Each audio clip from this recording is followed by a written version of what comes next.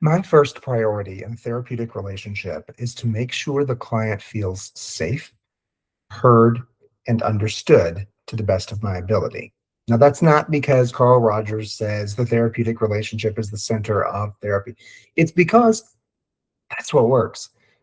We know that people grow when they feel safe, people change when they feel heard, people adapt when they feel understood. I want people to feel that way when they sit down for a conversation with me. My career has included some time as a co-writer, and I've done a lot of interviewing with leaders and with folks who wanted to write memoirs, leadership books, business books.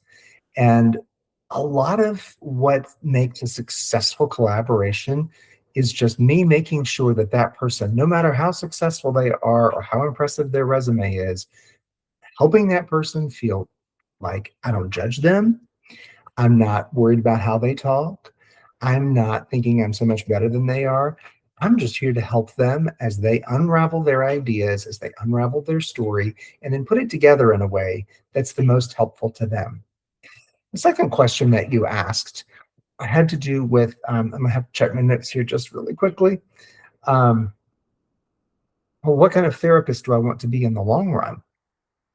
Well, I want to be the kind of therapist who helps other people understand their stories more clearly. That probably comes from my background as a writer, as a communications director, but I was hired a year ago as the director of communications for a fairly large 40-year-old nonprofit organization.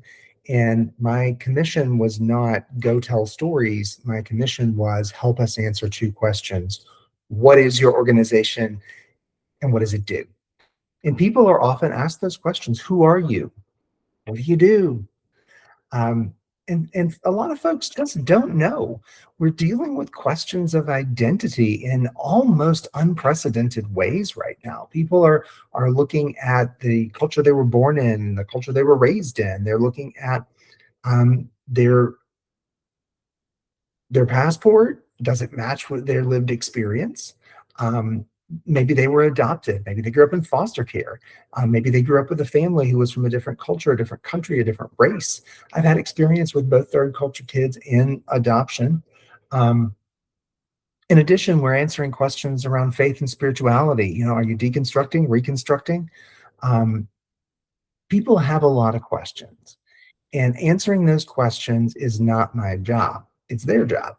My job is to help them answer those questions in a way that fits the overall arc of the life that they've been living so they can see where they are, where they want to go, and what it will take for them to get there.